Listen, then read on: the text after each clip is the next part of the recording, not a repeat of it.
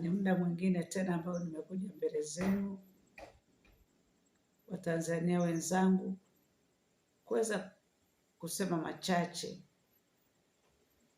juu yenu, sawa sana neno la Mungu linavyosema kwenye Kolosai 3:15b kwamba iweni watu wa shukurani.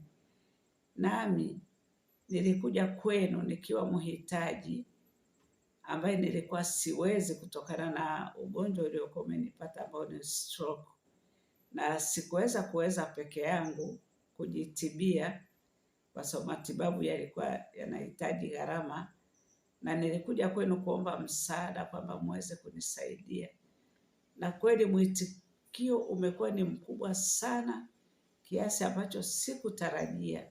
Nami nimeona si vyema kunyamaza, haraka sana niweze kuwarudia na kuwashukuru kwa jinsi ambavyo mlijitolea, mlijitosa kwa upendo mlionionyesha wa kuweza kunichangia mpaka ikafika kiasi cha milioni 7 mpaka sasa za matibabu. Ninasema asante sana Watanzania wenzangu, asante sana Gen Z, asante sana. Mimi ni bibi yenu ambaye ninakuja rasmi kuwashukuru. Nimesema asante.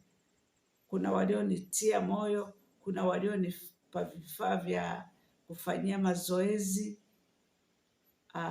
Kila mtu alijitoa kwa namna yake.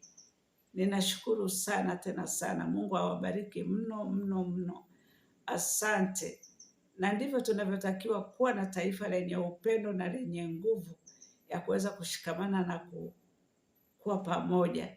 Kwa kweli nimejifunza kitu kikubwa sana kwenu, na nimeshukuru mno kwa kila aliyejitolea.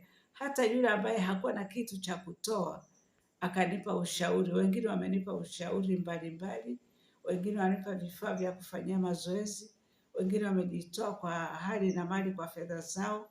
Mungu awabariki wote. Hata wale ambao hawakutoa, mimi nasema ninawapenda, kwa sababu si kwamba hamkupenda, lakini kuna walioumia kwa ajili yangu. Walinipigia simu na kunitia moyo na kusema Mungu akiwapa neema, akiwasaidia wataweza kunitumia. Mungu awabariki Watanzania wote. Asanteni sana na Mungu awabariki. Ni hayo tu. Ninashukuru sana. Asanteni sana. Mungu awabariki sana. Amen.